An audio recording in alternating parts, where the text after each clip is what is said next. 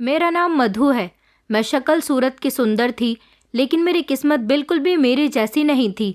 सारी जिंदगी मैंने लोगों की नज़रें बर्दाश्त की थी, जैसे हम लोग कोई अजूबा हैं।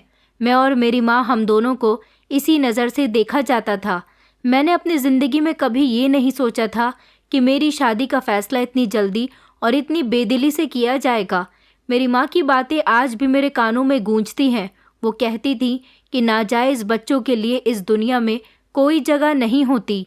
मैं उनकी बेटी थी, मगर उनके लिए मैं एक बोझ बन चुकी थी, एक ऐसी जिम्मेदारी जिससे वो जल्द से जल्द छुटकारा पाना चाहती थी। मेरे पिता का जिक्र हमारे घर में कभी डिटेल से नहीं हुआ था। मुझे बस इतना पता था कि वो कोई बड़े और अमीर आदमी थे, लेकिन कहाँ थे, कौन से बड़े आदमी थे, इस बारे में किसी को कुछ नहीं पता था। लोगों की ज़ुबान पर हमेशा ये बात रही कि मैं नाजायज़ हूँ। ये बात मुझे बचपन से सुनने को मिली, और जैसे जैसे मैं बड़ी होती गई, ये इल्ज़ाम मेरे सर पर सवार होता रहा। मोहल्ले की औरतें तो ख़ास तौर पर ये बात करना नहीं भूलती थीं।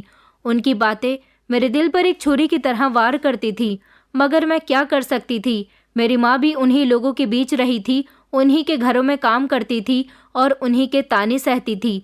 मुझे सबसे ज़्यादा नफ़रत अपने पिता से ही थी, क्योंकि उनकी वजह से ये सब कुछ हुआ था। मैं उनसे कभी भी नहीं मिली थी, लेकिन अगर वो ज़िंदा थे या इस दुनिया में थे, और अगर कहीं पर थे तो हमें मिल जाते, फिर शायद ये सब कुछ ना होता जो हमारे साथ हो रहा था। ये सब उनकी वजह से था। माँ कहती थी कि पता नहीं ज़िंदा भी हैं या नहीं। फिर एक दिन मेरी माँ ने मुझसे कहा कि तुम्हारे लिए मोहल्ले के पूरब का रिश्ता आया है। ये बात सुनते ही मेरे दिल में एक अजीब सी उलझन पैदा हो गई थी। पूरब कौन? मैंने कभी इसका नाम भी नहीं सुना था।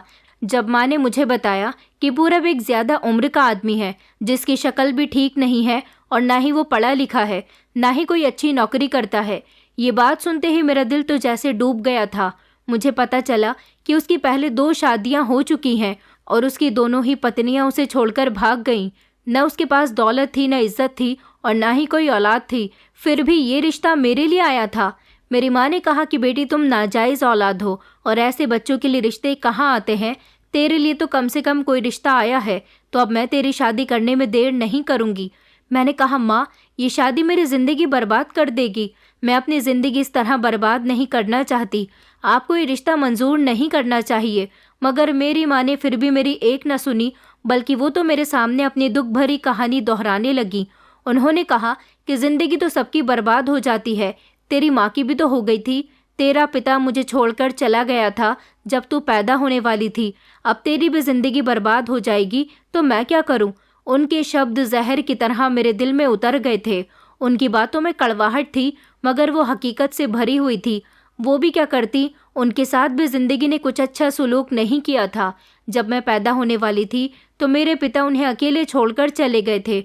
उनकी शादी हुई थी या नहीं, ये भी एक सवाल था। मेरी माँ सारी दुनिया की सताई हुई थी। वो एक अनपढ़ औरत थी, जिसको ये लगता था कि जो मेरे साथ हुआ, मुझे अपनी औलाद के साथ भी वही करना है। ये नहीं सोचती थी कि जो मेरे साथ हुआ और जो समाज ने मेरे साथ किया, वो मैं अपनी बेटी के साथ नहीं होने दूंगी।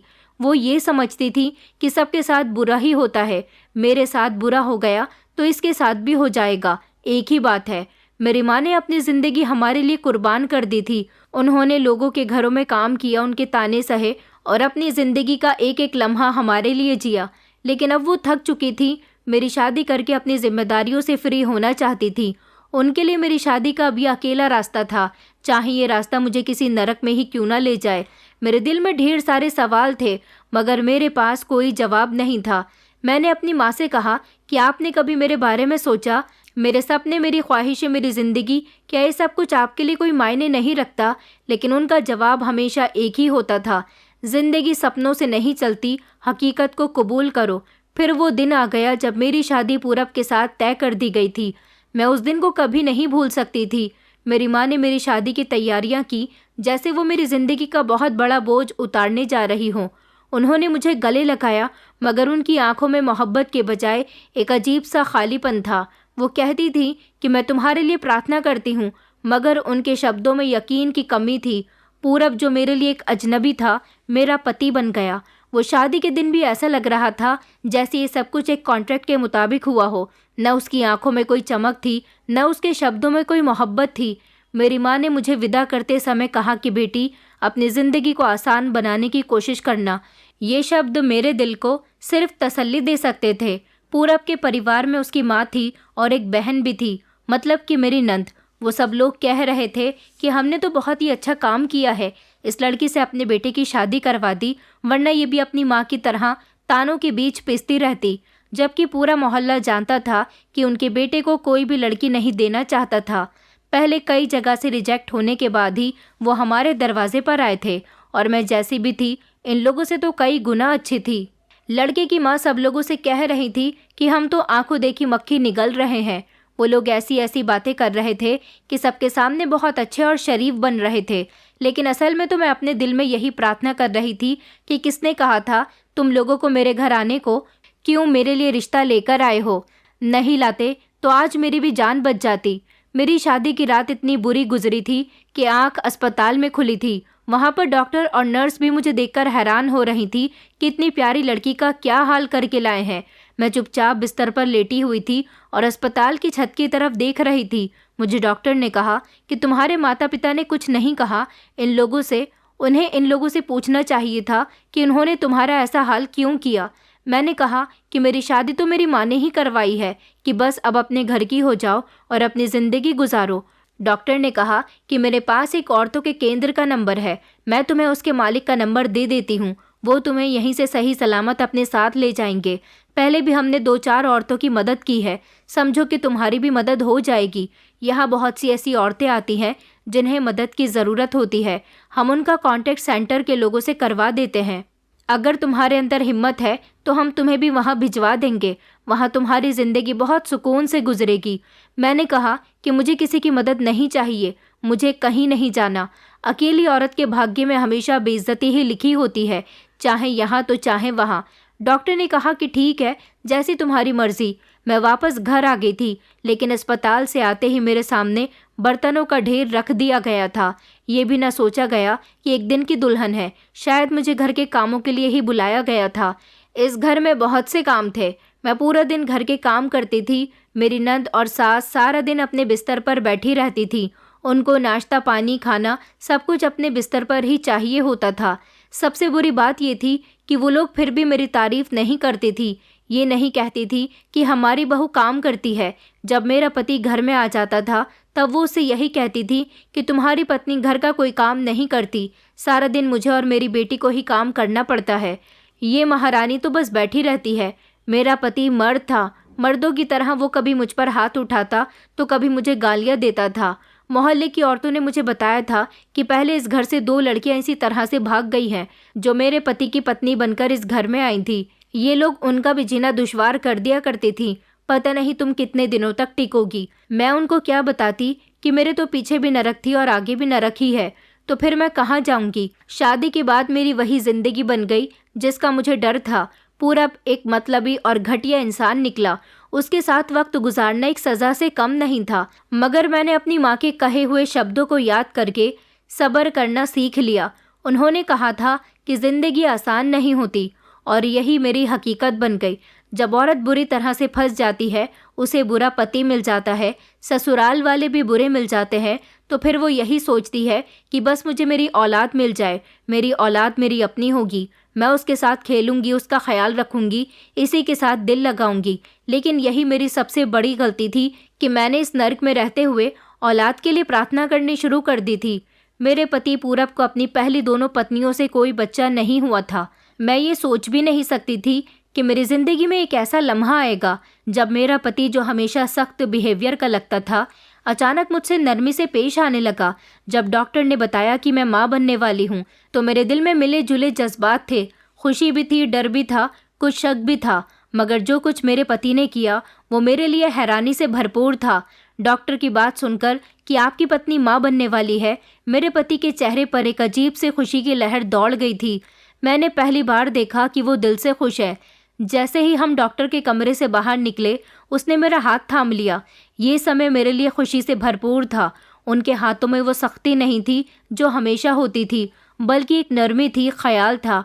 वो मुझे देखते हुए कहने लगे कि आराम से चलो, कहीं तुम्हें कुछ हो ना जाए। ये सुनकर मैं हैरान रह गई थी। इस इंसान ने जो हमेशा खुदगर्ज और बेफिक्र लगता था, उसके दिल में अचानक मेरे लिए ये एहसास कहाँ से आ गया। घर वापस आते ही उन्होंने अपनी माँ और बहन को बुलाया और कड़क शब्दों में उनसे कहा, जो वो हमेशा ही मेरे साथ इस्तेमाल किया करते थे, मगर इस बार ये सख्ती भरे शब्द मेरे हक में थे। वो कहने लगे कि खबरदार, जो अब किसी ने मेरी पत्नी को तंग किया, ये माँ बनने वाली है और तुम लोगों को इसके आराम का बहुत ख्याल रखना है। ये शब्द जैसे मेरे लिए एक सपने की तरह थे, एक ऐसा सपना जिसे मैं भी हकीकत में बदलते हुए नहीं देख सकती थी। उन्होंने आगे कहा कि ये सिर्फ खाना बनाया करेगी और वो भी सिर्फ 3 महीने के लिए। इसके बाद मेरी पत्नी बेड रेस्ट पर रहेगी। घर के बाकी सारे काम आप लोगों को संभालने हैं या फिर बाहर से खाना मंगवा लिया जाएगा और मैं इसके लिए रोज़ फल और दूध, जो भी ज़रूरत की चीज़ है, वो सब लेकर आ जाया करूँगा। ये शब्द सुनकर मैं एक लम्हे के लिए तो अपनी जगह जमकर रह गई थी। क्या ये वही इंसान था जिसने मेरी ज़िंदगी को नर्क बना रखा था? उसकी माँ और बहन के चेहरों पर खुशी और बेचैनी भरे एक्सप्रेशन थे। वो शायद सोच रही थी कि ये सब कुछ क्यों और कैसे हो रहा है। मेरी सास थोड़ी देर खामोश रही, फिर कहने लगी कि ये क्या बात हुई कि ये काम नहीं करेगी? आखिर औरतों ने हमेशा काम किया है और माँ बनना कोई बीमारी तो नहीं। मगर मेरे पति ने उनकी बात को सख्ती से रद्द कर दिया था। उन्होंने कहा कि बस, मैंने कह दिया है कि मेरी पत्नी कोई काम नहीं करेगी, अब कोई बहस नहीं होगी। मेरे दिल में एक उम्मीद की किरण जाग उठी थी। क्या ये मुमकिन था कि ऊपर वाले ने मेरे पति का दिल बदल दिया था? क्या सच में वो बदलने लगा था? मुझे यकीन नहीं था कि ये सब कुछ हमेशा के लिए होगा या सिर्फ एक समय के साथ साथ बदल रहे थे, मगर इस लम्हे के लिए मैंने उन पर यकीन कर लिया था। उनके बिहेवियर में ये बदलाव मेरे लिए किसी तोहफे से कम नहीं थे। उनकी नरमी और ख्याल ने मेरे दिल को सुकून दिया। मैंने सोचा, शायद ये सब आने वाले बच्चे की वजह से हो रहा है। शायद ये बच्चा हमारी ज़िंदगियों में कुछ ऐसा लेकर आएगा जो सब कुछ बदल देगा। मेरी ज़िंदगी में ये लम्हा एक खूबसूरत मोड़ था, एक ऐसा मोड़ जो मेरे दिल में उम्मीद और खुशी का चिराग जला गया। शायद ऊपर वाले ने मेरी प्रार्थना सुन ली थी। शायद सच में कुछ ऐसा होने वाला था। रात का समय था और मैं अपने कमरे में बैठी सोच रही थी कि शायद मेरी ज़िंदगी एक नई राह पर चल रही है। मेरी उम्मीदें जो बरसों के अंधेरे में दब चुकी थी, वो अब दोबारा जाग उठी थी। पति के बदले हुए व्यवहार ने मुझे ये यकीन दिलाया था कि शायद मेरी प्रार्थना सुन ली गई है, शायद मेरे भाग्य में भी सुकून लिखा है। मैंने ऊपर वाले का शुक्रिया अदा किया और दिल में नए सपने बुनने लगी, लेकिन ये खुशी बहुत मामूली सी साबित हुई थी। रात को जब मैं पानी लेने के लिए कमरे से बाहर निकली तो मेरे कानों में अपने पति की आवाज़ सुनाई दी थी। वो अपनी माँ और बहन के साथ बात कर रहा था।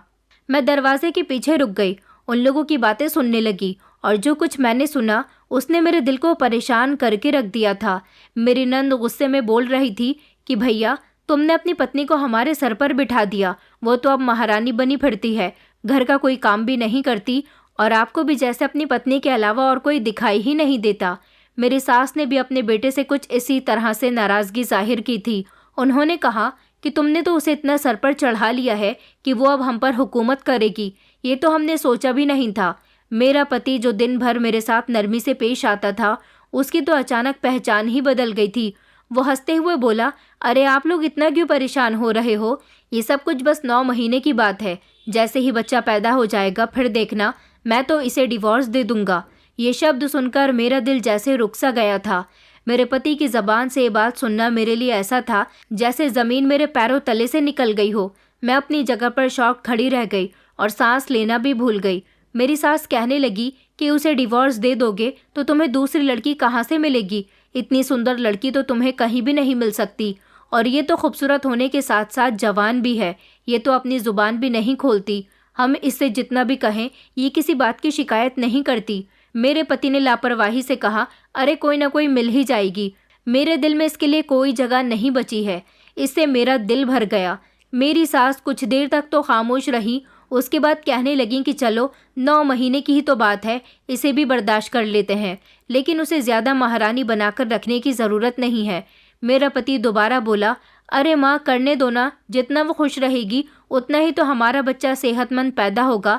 हमें तो बच्चे से मतलब है, उससे थोड़ी कोई मतलब है। मेरी सास ने सर हिलाते हुए कहा, हाँ बच्चा हो जाना चाहिए, वो भी बेटा। अगर बेटी हुई तब भी मैं इसे अपने घर में नहीं रहने दूंगी। मेरे पति ने कहा कि मुझे भी बेटे से ही मोहब्बत है। अगर इसने बेटी पैदा की तो इसकी बेटी के साथ ही इसे घर से निकाल दूंगा, और अगर बेटा पैदा हुआ तो उसकी खातिर कुछ दिन यह हमारे घर में नौकरानी बनकर रह सकेगी। लेकिन जैसे ही मैं दूसरी शादी कर लूँगा तभी फ़ौरन ही इसे अपने घर से निकाल दूंगा। ये सारी बातचीत सुनकर मेरी आंखों में आंसू आ गए थे।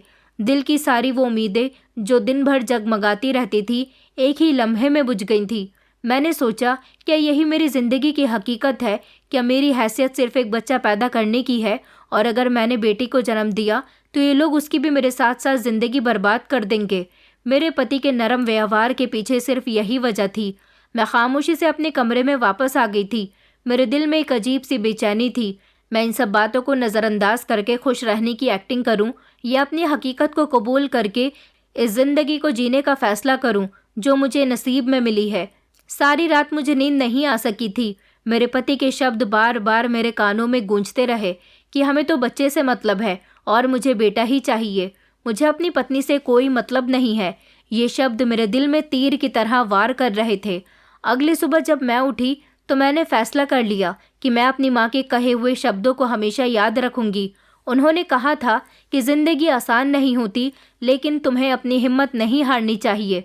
मैं जानती थी कि मेरे लिए सब आसान नहीं होगा, लेकिन मैंने दिल ही दिल में प्रार्थना की कि ऊपर वाला मुझे हिम्मत दे और किसी न किसी तरह मैं अपनी ज़िंदगी को संभाल सकूं। अपने पति की बातें सुनकर मेरा दिल टूट गया था। जो उम्मीद जगी थी वो भी टूट गई थी। मैं सोचने लगी कि थोड़े समय तक तो उम्मीद रहने देते, लेकिन जल्दी ही उम्मीद टूट गई। मेरे पति का मूड उन दिनों अच्छा था। शायद बच्चे की खबर ने उनके दिल को कुछ नरम कर दिया था। मैंने सोचा कि क्यों न इस मौके का फ़ायदा उठाया जाए और अपनी माँ से मिलने की इजाज़त मांगी जाए। पहले तो मैं थोड़ी झिझकी, लेकिन फिर हिम्मत करके मैंने अपने पति से कहा कि मैं अपनी माँ से मिलना चाहती हूँ। वो हैरानी से मुझे देखने लगा, जैसे ये रिक्वेस्ट उनके लिए बेमतलब सी थी, लेकिन उन्होंने नरमी से जवाब दिया। कहने लगी, ठीक है, सुबह मैं तुम्हें तुम्हारे मायके छोड़ आऊँगा, लेकिन शाम तक तुम वापस आ जाना, मैं तुम्हें लेने के लिए आ जाऊँगा। मैंने खुशी से फ़ौरन कहा कि ठीक है।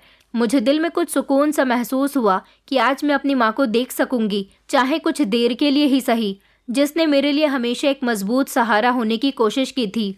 मेरे दिल में वो एक ख़ास जगह रखती थी। चाहे हमारी मुलाकात कितनी ही सीरियस क्यों ना हो, ये वही माँ थी जिसने मुझे एक मुसीबत भरे रिश्ते में धकेल दिया था, लेकिन वही मेरी माँ थी। मेरा उनसे मिलने का दिल चाह रहा था। जब मैं अपनी माँ के घर पहुँची और उन्हें बताया कि मैं माँ बनने वाली हूँ, वो तो खुशी से झूम उठी थी। उन्होंने मुझे गले से लगा लिया और मेरे सर पर हाथ रखा। कहने लगी कि सब ठीक हो जाएगा, देख लेना, ऊपर वाला सब कुछ ठीक कर देगा, तुम्हारी ज़िंदगी में आसानियाँ आ जाएंगी। मैंने हिचकिचाते हुए कहा, माँ, आपने कभी मेरे पिताजी को तलाश करने की कोशिश क्यों नहीं की? अगर वो मिल जाते तो शायद हम उनसे अपना हक मांग सकते थे। माँ के चेहरे पर एक साया सा छा गया था। उनकी आंखों में दर्द की झलक साफ नजर आ रही थी। वो कुछ देर खामोश रही, जैसे अपने बीते हुए कल की यादों ने उन्हें घेर लिया हो। फिर वो धीरे से कहने लगी कि मैं उन्हें कहाँ तलाश करती। वो एक मुसाफिर थे जो मेरी ज़िंदगी में एक सपने की तरह आए और चले गए। उन्होंने मुझसे मोहब्बत की शादी की, कुछ समय साथ गुजारा और कहते थे कि मुझे अपने साथ ले जाएंगे। वो बहुत अमीर आदमी है, किसी बड़े से बंगले के मालिक हैं, लेकिन फिर एक दिन उनके पास किसी का फ़ोन आया। शायद उनकी माँ बीमार थी तो वो चले गए और फिर कभी वापस नहीं आए। मैंने हैरानी से पूछा, तो आपको उनके बारे में कुछ भी नहीं पता? माँ ने एक थकी हुई मुस्कुराहट के साथ कहा, मुझे सिर्फ उनका शहर पता है, ना उनका मोबाइल नंबर मेरे पास है। मैंने काफ़ी समय तक उनको तलाश करने की कोशिश की, मगर तुम्हारे पिता का मुझे कहीं से भी कुछ पता नहीं चल सका। माँ की बात सुनकर मेरे दिल में ख्वाहिश जगी कि मैं अपने पिता का नाम ही अपनी माँ से पता कर लूँ। मैंने हिचकिचाते हुए कहा, तो फिर आज मुझे मेरे पिताजी का नाम बता दो। माँ ने एक गहरी सांस ली और धीरे से बोली कि तुम्हारे पापा का नाम विजय कपूर था। इस नाम को सुनकर मुझे अजीब सी बेचैनी होने लगी थी, लेकिन ये नाम मेरे लिए कोई मतलब नहीं रखता था। ये मेरी पहचान का हिस्सा बन सकता था, लेकिन ऐसा नहीं हुआ। मेरे साथ ये नाम कभी नहीं लग सका। ये नाम भी मेरे ज़िंदगी के इन खाली हिस्सों में से एक था जिन्हें मैं कभी भर नहीं सकती थी। मैं अपनी माँ के पास कुछ देर तक खामोश बैठी रही थी। उनके चेहरे पर बीते हुए कल की झलक थी और मेरे दिल में एक अजीब सी बेचैनी थी। ये नाम सुनने के बाद मैं क्या करती? मेरे लिए तो यही ज़िंदगी की सच्चाई थी जो मुझे किसी न किसी तरह से बर्दाश्त करनी थी। शाम तक मेरा पति मुझे लेने के लिए आ गया था। मेरी माँ ने मुझे आशीर्वाद दिया। मैंने सोचा कि ज़िंदगी का ये पहिया इसी तरह से घूमता रहेगा। मेरी ख्वाहिश, मेरे सपने, ये सवाल कहीं पीछे ही रह जाएंगे। 9 महीने तो अच्छे गुजर गए थे, पर पता नहीं ऊपर वाले को क्या मंजूर था कि जब औलाद पैदा हुई तो बेटा नहीं बल्कि बेटी पैदा हुई थी। उसे देखकर तो मेरे पैरों तले से ज़मीन निकल गई थी। अब न जाने इस बच्ची के साथ ये लोग क्या करेंगे, क्योंकि इनका कहना था कि अगर बेटी पैदा हुई तो हम उसे इस घर में नहीं रखेंगे और ना ही मधु को यहाँ पर रहने देंगे। अगर इन लोगों ने मुझे घर से निकाल दिया तो मैं कहाँ जाऊँगी? दोबारा माँ के पास भी नहीं जा सकती। मुझे जैसे तैसे इसी घर में रहना है, लेकिन ये लोग तो मेरी एक भी नहीं सुनेंगे। बेटी को देखकर सबके चेहरे उदास हो गए थे। सब आग बबूला हो रहे थे कि मैंने बेटी को जन्म क्यों दिया। अब ये सब मेरे हाथ में तो नहीं था, ये तो ऊपर वाले की देन थी। अस्पताल से डिस्चार्ज होने के बाद वो मुझे घर ले आए और घर आकर मुझे ढेर सारी बातें सुनाने लगे। मैं अभी अभी तो अस्पताल से आई थी, मेरी हालत ठीक नहीं थी। मेरे पति ने तो इस बात का भी ख्याल नहीं किया। कहने लगे कि कौन रखेगा इसको अपने पास। मुझे तो बेटे की ख्वाहिश थी, बेटियां तो बोझ होती हैं, इसे मैं नहीं पाल सकता। मुझे उसकी बातों से इतनी तकलीफ हो रही थी, इतनी ज़्यादा कि मैं बता नहीं सकती। सारी ज़िंदगी मैंने अपनी जज्बाती माँ के साथ गुजारी थी और मैं खुद भी अब जज्बाती माँ बन चुकी थी। मैंने अपने पति से कहा कि अच्छा ठीक है। मैंने अपने पति से कहा कि मैं क्या करूं, इस मासूम बच्ची को मैं कहाँ लेकर जाऊं। मेरा पति कहने लगा, अभी और इसी समय तुम दोनों मेरे घर से निकल जाओ। 1-2 दिन में मैं तुम्हें डिवोर्स के कागजात भेज दूंगा। मैंने उनके आगे हाथ जोड़े और कहा कि प्लीज़ मेरे साथ ऐसा मत करो, ये तुम्हारा खून है। मेरा पति कहने लगा, नहीं, ये मेरा खून नहीं है। अगर ये मेरा खून होता तो वो बेटा ही पैदा होता। ये तेरी बेटी है और तू यहाँ से निकल जा। मैंने अपने पति से कहा कि मैं कहाँ जाऊँ। रात के इस समय अगर अपनी माँ के पास चली गई तो वो भी मुझे देखकर बहुत परेशान हो जाएगी। वैसे भी मेरा मायका यहाँ से बहुत दूर था। मेरा पति और मेरी सास मुझे ढेर सारी बातें सुना रहे थे। मेरी सास कहने लगी कि हम तो इसे अपने पास 1 मिनट भी नहीं रखेंगे। तू एक काम कर, इसको कूड़े के ढेर में फेंक कर आ जा। सारी रात ये रोते रोते खुद ही मर जाएगी। मैंने कहा नहीं, मैं ऐसा नहीं करूँगी। इतने में ही मेरी नंद ने मेरे बाल पकड़ लिए और कहने लगी, तो फिर तू भी यहाँ से निकल जा। अगर तुझे इस घर में रहना है तो इसको कूड़े के ढेर में फेंक कर आना ही पड़ेगा। मैंने अपनी नंद से कहा कि तुम भी तो एक लड़की हो, फिर तुम इसके बारे में ऐसा क्यों कह रही हो। मेरी सास ने तभी मेरे बाल पकड़ लिए और कहने लगी कि अपनी बेटी की बराबरी मेरी बेटी से कर रही है। मुझे दर्द होने लगा, मैं चीखने लगी। मैंने कहा, प्लीज़ माँ जी मुझे छोड़ दो, मुझे दर्द हो रहा है। लेकिन मेरी सास उस समय एक जुल्मी औरत बन चुकी थी। मेरी सास कहने लगी कि बता, इसको कूड़े के ढेर में फेंक कर आएगी या नहीं। वो मेरे बाल बहुत ज़ोर से खींच रही थी, इसलिए मजबूरन मैंने उनसे कह दिया कि अच्छा ठीक है, मैं इसे कूड़े के ढेर में फेंक कर आ जाऊंगी। उन्होंने मुझे छोड़ दिया और मैं रोती हुई अपनी बच्ची को गोद में लेकर कूड़ा घर के पास चली आई थी। मैं अपनी बेटी को गले से लगाकर बहुत रो रही थी। मुझे उस पर बहुत तरस आ रहा था।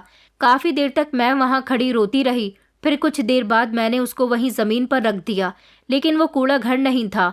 कूड़े घर से कुछ दूरी पर मैं उसको छोड़कर आई थी। मेरा दिल तो बहुत तड़प रहा था अपनी बेटी के लिए, लेकिन मैं क्या कर सकती थी। अगर मैं उसे वहाँ छोड़कर नहीं आती तो ये लोग मुझे अपने घर में रहने की जगह नहीं देते। मैंने सोच लिया था कि मैं कुछ भी करके अपना ससुराल छोड़कर कहीं नहीं जाऊंगी, भले से ही ये लोग हमेशा मुझ पर अत्याचार करते रहें। मैं जब घर आई तो मुझे खाली हाथ देखकर सब लोग बहुत खुश हुए थे। मैं खामोशी से भगवान के आगे आकर बैठ गई थी और प्रार्थना करने लगी थी। उसके आगे मैंने रो रो कर अपनी बेटी की सलामती की प्रार्थना की थी। इस समय मेरे भगवान के अलावा कोई भी नहीं था। मैं यही प्रार्थना कर रही थी कि मेरी बेटी को कोई नुकसान न पहुँचे। काश वो मेरी हो पाती, लेकिन ये लोग इस घर में बेटी को कभी भी बर्दाश्त नहीं करेंगे। प्रार्थना करते करते और रोते रोते मैं बेहोश हो गई थी, क्योंकि मेरे दिल में मेरी बेटी की फिक्र थी। उस मासूम बच्ची का रात भर ना जाने क्या हाल हुआ होगा। वो अपनी माँ की गोद के लिए और भूख से तड़प रही होगी, लेकिन उसके पास तो उसका अपना कोई भी नहीं होगा। भगवान के आगे रोते हुए जैसी मेरी हालत हो रही थी, मेरी उस हालत को देख देख कर घर के सब लोग हंस रहे थे और एक मैं थी जिसके आंसू रुक नहीं रहे थे। आखिर कब तक मेरी हालत ऐसी हो सकती थी, इसीलिए मैं बेसुध होकर बेहोश हो गई थी। लेकिन जब सुबह का सूरज निकला तो मेरी सास ने मुझे लात मारकर जगाया और कहने लगी कि उठ और घर के सारे काम कर। जैसे ही मेरी आंख खुली तो फिर से मेरे दिमाग में मेरी बेटी का ख्याल आ गया था और फिर से मेरी आंखें नम हो गई थी। मेरा दिल बेचैन होने लगा। मैं तड़प उठी थी। सोचा कि कोशिश करती हूँ अपनी बेटी को देखकर आने की कि वो जिंदा है या मर गई। फिर ये सोचकर मैंने अपने कदम रोक लिए कि मुझे वहाँ नहीं जाना चाहिए। मैं एक ऐसी माँ हूँ जो खुद ही तो अपनी बेटी को वहाँ छोड़कर आई थी, और अब मैं उसकी हालत देखने कैसे जा सकती थी। मैंने अपने आंसू पोंछे और मैं उठ गई थी। जैसे ही मैं काम में लगी तभी मुझे आवाज़ आई।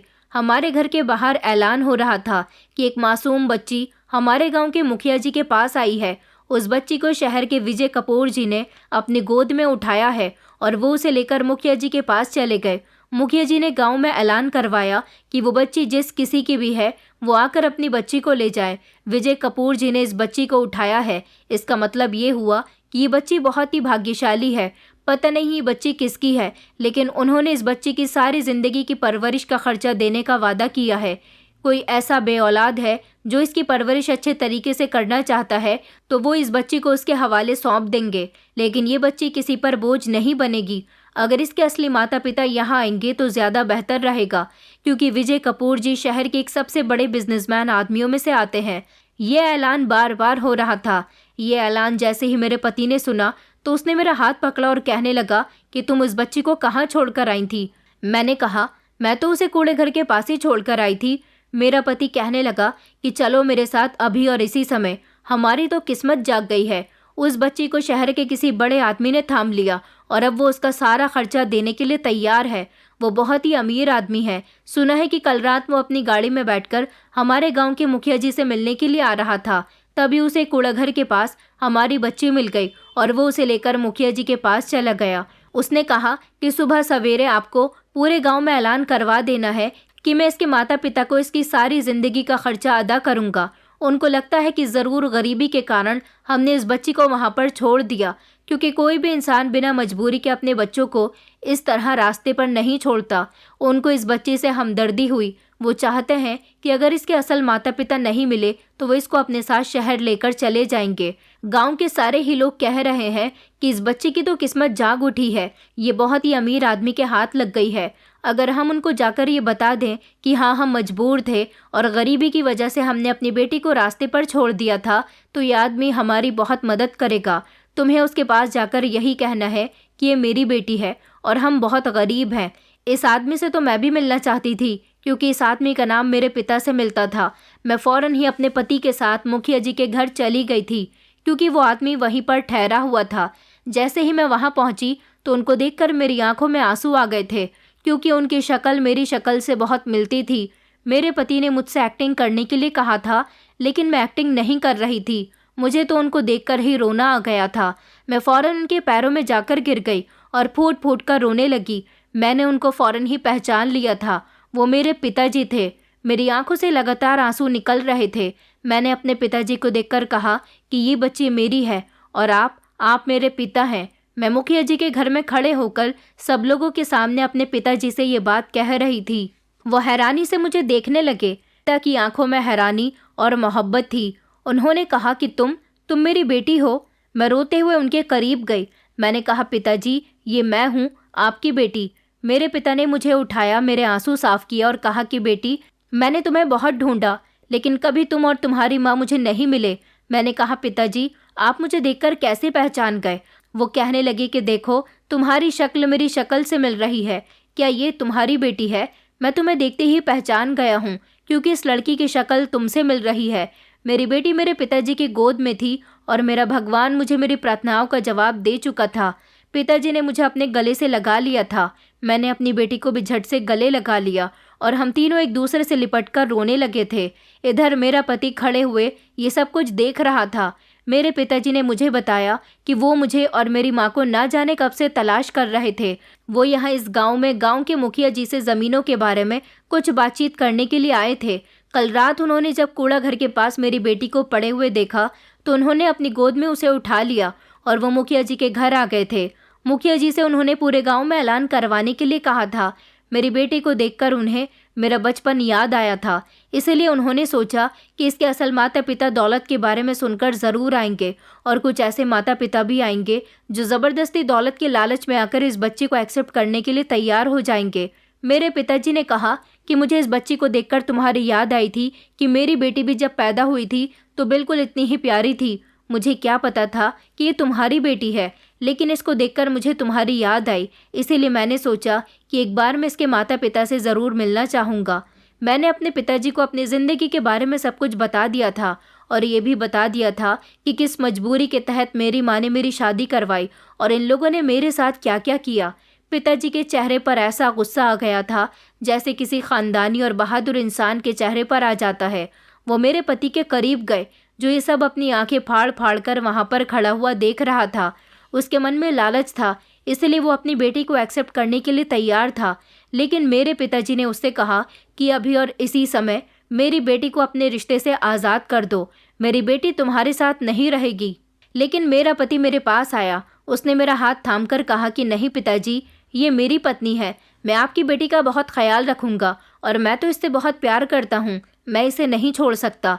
ये मेरी और मधु की बेटी है, हम दोनों अपनी बेटी से बहुत प्यार करते हैं। पता नहीं इसे कूड़े घर के पास कौन छोड़ आया था, ज़रूर ये मेरी माँ की हरकत होगी।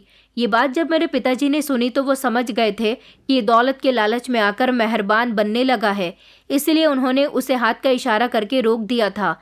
मेरे पिताजी ने जब अपनी जेब से ढेर सारे नोट निकालकर मेरे पति के मुंह पर मार दिए और कहा कि अब मेरी बेटी का पीछा छोड़ देना, ये उसकी कीमत है जो वो इतने दिन तुम्हारे साथ रही, वरना तुम इसके भी लायक नहीं हो। मेरे पति की वहाँ सब लोगों के सामने बहुत बेइज्जती हो रही थी। मेरे पिताजी ने कहा था कि बेटा अब तुम इसके साथ नहीं रहोगी। मेरे पति ने मेरे पिताजी से कहा कि अरे मधु, मैं तुमसे प्यार करता हूँ, तुम ये बात अपने पिताजी को क्यों नहीं बताती हो। वो मुझे अपनी बातों में लेने की कोशिश कर रहा था, लेकिन मेरे पिताजी ने उससे गुस्से में कहा कि तेरे लिए मेरी बेटी भी बोझ है और तेरी अपनी बेटी भी तेरे लिए बोझ है, इसलिए अब तू इनका कुछ नहीं लगता। तेरे परिवार ने और तूने मेरी बेटी को बहुत परेशान किया, अब मेरी बेटी तेरे घर नहीं जाएगी। मेरे पिताजी मेरा हाथ पकड़कर घर की तरफ ले जाने लगे, लेकिन इतनी ही देर में मेरा पति चिल्लाता हुआ उनके पीछे पीछे आया और कहने लगा कि आप मेरे साथ ये सब कुछ बहुत गलत कर रहे हो, मेरी बेटी और मेरी पत्नी आप अपने साथ लेकर जा रहे हो।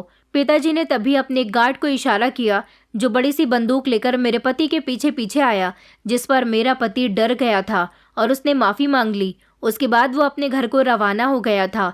पिताजी ने कहा कि बेटी अब तुम्हें कोई भी परेशान नहीं करेगा, ये भी तुम्हें डिवोर्स दे देगा, मैं तुम्हें इसके रिश्ते से आज़ाद करवा दूंगा। मेरे पिता ने बड़ी मोहब्बत के साथ मेरे सर पर हाथ रखा था। मेरे पिताजी ने आज जो मेरे लिए किया था ये सब कुछ तो मैं डिज़र्व करती थी। अगर बचपन से ही पिताजी मेरे साथ होते तो शायद मेरी ज़िंदगी ऐसी न होती, लेकिन अब वो आ गए थे। उन्होंने वादा किया था कि वो सब कुछ ठीक कर देंगे। मेरे ख़तरनाक पति और ख़तरनाक ससुराल वालों से मेरा पीछा छूट गया था। मेरी आंखों से लगातार आंसू निकल रहे थे, लेकिन ये आंसू सुकून के आंसू थे। अपने पिता से मेरे सारे शिकवे ख़त्म हो चुके थे। मेरे पिता ने मेरी बेटी को अपनी गोद में लिया। मेरा हाथ पकड़कर वो बड़े गर्व के साथ मुझसे कहने लगे कि चलो आज मुझे अपनी माँ के पास ले चलो। मैं काफ़ी समय से उससे मिलने के लिए तरस रहा हूँ। हम लोग जैसे ही माँ के घर पहुँचे, मेरे दिल में एक अजीब सी घबराहट और खुशी थी। मैंने सोचा जब माँ पिताजी को देखेंगी तो उनका क्या रिएक्शन होगा। जैसे ही हम दरवाजे पर पहुँचे मैंने दस्तक दी। माँ ने जैसे ही दरवाज़ा खोला वो हैरानी से दरवाजे पर ही जमकर रह गई थी। उनकी नज़रों में हैरानी और खुशी थी, उनकी आंखों से आंसू निकलने लगे थे। पिताजी ने आगे बढ़कर उनके आंसू साफ किए और कहा कि मैं तुम्हें कभी नहीं छोड़ना चाहता था, लेकिन हालात ने मुझे मजबूर कर दिया। आज मैं वापस आया हूँ, हमेशा हमेशा के लिए। उन दोनों को मिलते देखकर मेरा दिल भर आया था। मेरी आंखों से भी आंसू बहने लगे थे। ये नज़ारा किसी खुशी जैसा था। मेरी माँ ने मुझे पिताजी को गले लगा लिया और कहा कि ये सब गुजरे समय की बातें थी। अब हम सब मिलकर एक नई ज़िंदगी शुरू करेंगे और पुरानी ज़िंदगी को छोड़कर आगे की तरफ बढ़ जाएंगे। अब तुम लोग मेरे साथ चलो। वो हमें अपने साथ मुंबई शहर ले आए थे, जहाँ उनका एक बहुत बड़ा बंगला था। वो जगह किसी महल से कम नहीं थी। दरअसल मेरे पिताजी से उनके माता पिता बहुत प्यार करते थे। उनकी मेरी माँ के साथ लव मैरिज हुई थी। मेरे दादा दादी को मेरी माँ पसंद नहीं थी, इसलिए पिताजी माँ के साथ अलग रहने लगे थे। लेकिन एक दिन उन्होंने मेरे पिताजी को फ़ोन करके बुलाया और कहा कि तुम्हारी माँ की बहुत तबीयत ख़राब हो रही है। इसलिए वो अपनी माँ की तबीयत ख़राब के बारे में सुनकर भागे भागे अपने माता पिता के पास आ गए थे। उसके बाद उन दोनों ने अपनी कोई ना कोई कसम देकर पिताजी को माँ से अलग कर दिया और पिताजी को कभी माँ से मिलने ना दिया। माँ को लगा कि पिताजी ने उनको धोखा दिया है। मेरी माँ गांव की रहने वाली थी, इसलिए पिताजी के बारे में ज़्यादा कुछ नहीं जानती थी। उन्होंने हर तरफ मेरे पिताजी को ढूंढने की कोशिश की थी, लेकिन पिताजी का माँ को तो कोई पता नहीं चल सका था। पिताजी ने भी बहुत कोशिश की कि वो माँ से एक बार मिल सके, उनको सब कुछ बता सके, लेकिन उनके माता पिता ने उन्हें उनकी पत्नी और बेटी से मिलने नहीं दिया। उसके बाद पिताजी अपने माता पिता की ही सारी जिंदगी सेवा करते रहे, क्योंकि उनके माता पिता हमेशा उन्हें मरने की धमकी देते रहते थे। एक समय ऐसे आया जब वो दोनों अपनी ही मौत मर गए, और अब वो समय आ गया था जब मेरे पिताजी को अपनी बेटी और पत्नी से मिलने की उम्मीद जगने लगी थी। उन्होंने हम दोनों माँ बेटी को हर तरफ तलाश कर लिया था। जिस गांव में पिताजी ने हम दोनों माँ बेटी को छोड़ा था, हम वहां पर भी नहीं थे। लेकिन इत्तेफाक की बात थी, जब मेरे पिताजी कई सालों के बाद इस गांव के मुखिया से मिलने के लिए आ रहे थे, और रात के उस समय पिताजी को कूड़ा घर में उनकी ही बेटी की बेटी मिल गई, और इस तरह उनकी मुलाकात अपनी पत्नी और बेटी से भी हो गई। मेरे पिताजी बहुत खुश हुए थे हम सबको देखकर, और हम दोनों माँ बेटी को भी ऐसा लगता था जैसे अब हमें हमारी ज़िंदगी का सहारा मिल गया। पिताजी यहाँ हमें मुंबई ले आए थे। यहाँ हमें पता चला कि मेरे पिताजी का बहुत बड़ा बिजनेस है, और यहाँ लाने के बाद उन्होंने हमारी ज़िंदगी को बहुत आसान बना दिया था। पिताजी का कहना था कि मैं अपनी बेटी की शादी अपनी मर्जी के मुताबिक करूँगा। मेरी बेटी अब किसी तकलीफ़ को नहीं झेलेगी, और ना ही मेरी पत्नी को लोगों की बातें सुननी पड़ेंगी। कुछ समय के बाद हम दोनों माँ बेटी पिताजी के साथ खुशहाल ज़िंदगी गुजारते रहे। मेरी बेटी का ख्याल रखने के लिए पिताजी ने एक स्पेशल नौकरानी रख ली थी। कुछ समय के बाद पिताजी के पास मेरा एक रिश्ता आया। ये रिश्ता मेरे पिताजी के पार्टनर के बेटे का था। मेरे पिताजी ने इस रिश्ते के लिए बिल्कुल भी देर नहीं की और उस लड़की के साथ मेरी शादी करवा दी। वो लड़का भी मेरी पुरानी ज़िंदगी के बारे में सब कुछ जानता था, क्योंकि मैंने फ़ैसला किया था कि मैं अपनी पुरानी ज़िंदगी के बारे में अपने पति को सब कुछ बता दूंगी। मैं अब अपनी शादीशुदा ज़िंदगी ख़राब नहीं करना चाहती थी। मैंने अपने होने वाले पति को बता दिया था कि मेरी बेटी है और मेरी एक बार शादी हो चुकी है। जब उसे सारी सच्चाई पता चल गई तो तब भी उसने मुझे एक्सेप्ट कर लिया। उसने कहा कि मुझे तुम्हारे साथ शादी करनी है, तुम मुझे पसंद हो, मैं तुम्हारी बेटी को तुम्हारी खातिर एक्सेप्ट करने के लिए तैयार हूँ। और इस तरह मेरी शादी अंगद के साथ हो गई, जिसने मेरा और मेरी बेटी का बहुत ख्याल रखा। आज मेरी शादी को पूरे 15 साल हो गए। मैं अपनी बेटी के साथ बहुत खुश हूँ। मेरा पति मेरी बेटी के साथ किसी तरह का कोई भेदभाव नहीं करता। मेरे माता पिता आज भी मुझसे बहुत प्यार करते हैं। देर से ही सही, मगर मुझे अपने पिता का प्यार मिल गया और मेरी बेटी को भी माता पिता दोनों मिल गए। दोस्तों, उम्मीद करती हूँ आपको हमारी कहानी पसंद आई होगी। कहानी पसंद आई है तो वीडियो को लाइक करें, चैनल पर नए हैं तो चैनल को सब्सक्राइब करें, और हाँ, नोटिफिकेशन बेल को ज़रूर दबाएं ताकि अगली अपडेट सबसे पहले आपको मिले।